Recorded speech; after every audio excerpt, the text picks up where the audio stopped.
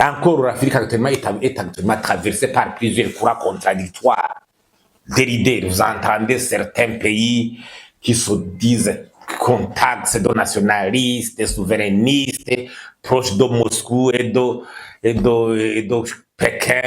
D'autres sont taxés des Occidentaux. Des fois, la Côte d'Ivoire et le Burkina Faso se regardent en jet de faïence. Hein? Des accusations toujours. Donc, il y a des courants contradictoires actuellement qui traversent l'Afrique au niveau de son leadership politique et qui créent des antagonismes. Que le Burundi soit désigné comme président de l'Union africaine, accéder à la présidence de l'Union africaine, d'abord, ce n'est pas un exploit extraordinaire. C'est un événement normal.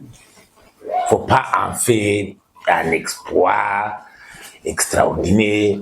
Présider l'Union africaine, c'est une présidence tournante.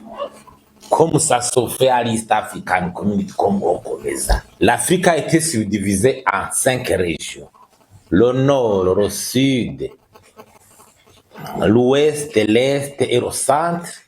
Et chaque région préside l'Union africaine à tour de rôle. Donc le Burundi, je crois, fait partie de l'Afrique de l'Est. Ce n'est pas un exploit. Tous les pays de l'Afrique de l'Est ont déjà présidé l'Union africaine, certains même 2 fois. L'Ouganda l'a déjà fait 2 fois. Dans la sous-région, seul le Burundi n'avait pas encore accédé à cette présidence. Le Congo a présidé l'Union africaine et la RDC. Le Congo-Brazzaville l'a fait 2 fois. Le Rwanda a présidé l'Union africaine. La Zambie a présidé l'Union africaine. La Tanzanie, l'Ouganda. C'est quelque chose de normal. Il ne faut pas faire un exploit extraordinaire. Donc, malheureusement, l'homme politique a toujours tendance et plus enclin à récupérer tout acte comme un exploit extraordinaire avec des retombées peut-être, avec des spéculations propagandistes. C'est pour cela qu'on ne comprend pas comment organiser un événement, paralyser toute la capitale, et comme quoi c'est quelque chose d'extraordinaire. C'est un comportement vraiment à bannir. Paralyser la capitale, les élèves passent des heures et des heures, désertent les écoles, les classes. Président de l'Union africaine, alors que d'autres pays l'ont présidé depuis. Même après, une autre région va avoir son tour. Par exemple, l'Afrique occidentale, c'est comme ça. Est-ce que si on préside l'East African Community, c'est un exploit? Si on préside le Comesa, c'est un exploit. C'est quelque chose de normal. Il ne faut pas que les Burundais restent dans les ténèbres. Mais ça doit spéculer sur des événements qui sont d'ailleurs ordinaires. Si on analyse même l'Union africaine, c'est une organisation encore qui a ses faiblesses, qui a ses défis, des faiblesses notoires qui limitent même sa capacité d'influencer le cours des événements dans le monde. Il a vraiment des faiblesses visibles et un contexte assez, je dirais, assez perturbé actuellement. Donc le contexte actuel aussi n'est pas favorable à ce que l'Union africaine a fait des prouesses par rapport à sa capacité d'influencer, de régler les crises et même qui prolifèrent sur son continent. Vous savez, l'Afrique, depuis longtemps, est hantée par la pauvreté, la maladie, les guerres, le népotisme, le clanisme, la corruption, la fuite des capitaux et des cerveaux. Assistez régulièrement, les données sont toujours là, les droits de l'homme, le terrorisme dans le Sahel, le djihadisme, une faible industrialisation qui confine l'Afrique à un seul rôle d'exportation des produits primaires par les multinationales, exploités par les multinationales des pays occidentaux. Tout cela limite vraiment sa capacité. Il y a aussi le problème le problème est lié aux moyens. Moyens. Les cotisations de l'Union africaine sont mal libérées par les pays. Même le siège de l'Union africaine a été construit grâce au financement de la Chine. C'est la Chine qui a financé la construction du siège de l'Union africaine à Addis Abeba.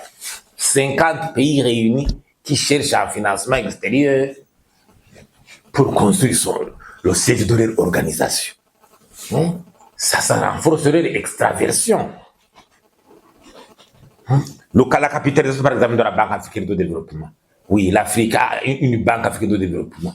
Mais la capitalisation, le gros du capital de la base, ce ne sont pas les pays africains. Ce sont les pays riches, ce sont bien les pays occidentaux. Imaginez l'Union européenne, la France, les États-Unis sont détiennent beaucoup plus de capitaux dans la Banque africaine de développement. Les moyens pour faire fonctionner ces commissions, vous savez, les missions de maintien de la paix même en Somalie, le financement de l'Union africaine est assez faible. Ce sont les Nations Unies qui doivent contribuer, ce sont les nations qui sont le gros contributeur. Il y a aussi une faible capacité de transformation profonde de ces problèmes structurels qui hantent l'Afrique. Il y a eu plusieurs tentatives dans le passé d'y faire face avec une volonté de vouloir créer une dynamique nouvelle pour quand même attaquer le taureau par les cornes par rapport à ces défis. Mais les résultats ont toujours été faibles parce que la mise en application s'est heurtée aux problèmes justement liés à la gouvernance classique, à la gouvernance, la gestion des pays, au leadership. Tout ça. Vous vous souvenez du Népal? Le Népal, c'était une volonté d'asseoir la révolution des infrastructures en Afrique.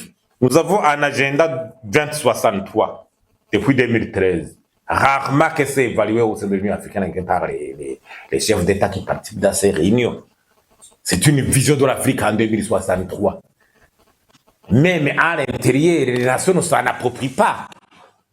Combien de Burundais savent l'agenda 2063 de l'Afrique? L'accord de libre-échange qui a été signé à Kigali très récemment reste lettre morte. Justement, comme on n'est pas de la pas pu créer des infrastructures transcontinentales pour renforcer la transparence de l'espace économique de l'Afrique, il y a toujours des limites. Encore, l'Afrique actuellement est actuellement traversée par plusieurs courants contradictoires. Dérider, vous entendez certains pays qui se disent contacts de nationalistes, de souverainistes, proches de Moscou et de Pékin. D'autres sont taxés de vassaux des Occidentaux. Des fois, la Côte d'Ivoire et le Burkina Faso se regardent en jet de faïence.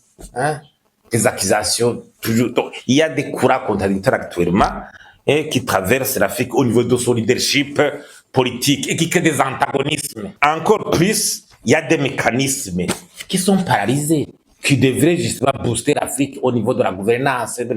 Il y a des mécanismes. La Convention de l'Union africaine de lutte contre la corruption, au lieu d'être dynamique pour justement renforcer la corruption, la lutte contre la corruption en Afrique, c'est paralysé. Quand ils étaient de l'Union, on dirait que c'est du tourisme, du simple tourisme. Les recommandations sont là, restent lettres mortes. Il n'y a pas de soutien politique au plus haut sommet de la part des chefs d'État. C'est pour cela que quand plusieurs chefs d'État africains sont renversés, on trouve dans les sous, des billets de milliards de dollars cachés, quoi. C'est devenu récurrent. La lutte contre la corruption, malgré l'examen de cette convention. Le MAEP, évaluation par les pays, donc, mécanisme africain d'évaluation par les pays, qui devrait analyser en peigne fin la situation démocratique de chaque pays. Élection, séparation de pouvoir, alternance au pouvoir, transparence électorale et sortir des rapports non complaisants pour épingler les défis par rapport à ces taxes, les commissions des droits de l'homme et le Conseil de paix et de sécurité. Donc, des actions, encore plus le contexte actuel. L'Afrique est composée par une mosaïque d'États.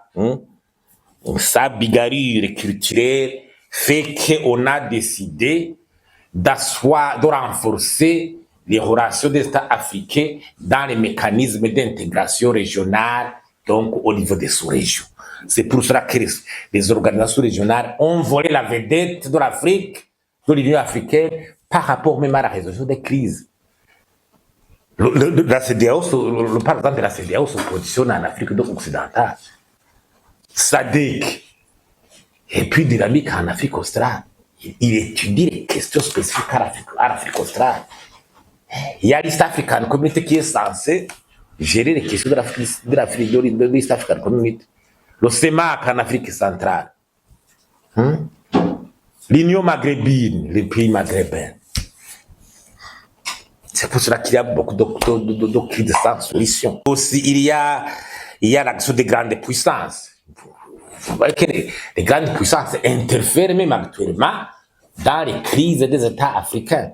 Parce que toutes ces grandes puissances cherchent ces minéraux critiques qui sont à la base de renforcement de la technologie. Et technologie militaire, l'intelligence artificielle.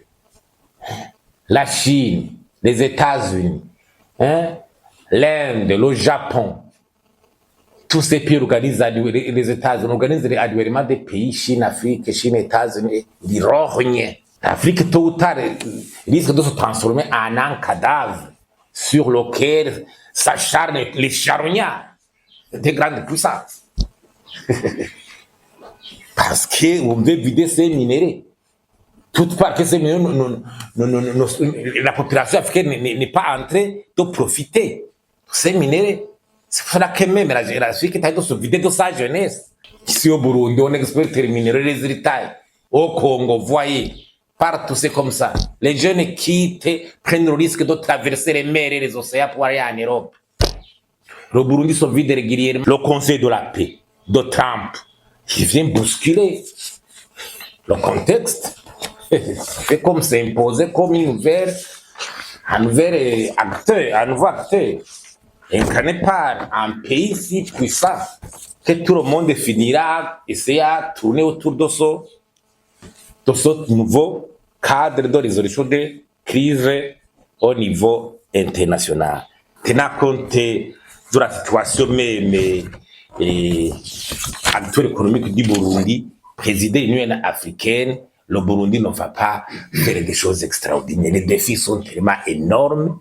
C'est pour cela que je conseillerais au conseil du président d'organiser son agenda en ne faisant pas fi des défis de notre pays. Nous avons des défis énormes. Le pays est dans une situation critique, gangréné par une corruption légendaire, sans solution, sans volonté de l'éradiquer. Tout manque, le carburant, c'était une inflation qui paupérise la population de façon vraiment révoltante. Donc, je conseille au président de la République de ne pas oublier, de se souvenir qu'il a été élu pour d'abord s'attaquer aux défis intérieurs. Bien sûr aussi, assurer cette présence de l'Union africaine, mais tout en ne considérant pas qu'il y aura vraiment des exploits de la présidence du Burundi par rapport à une organisation déjà assez minée par des faiblesses profondes, structurelles, et qui est en train d'agir dans un contexte particulièrement difficile.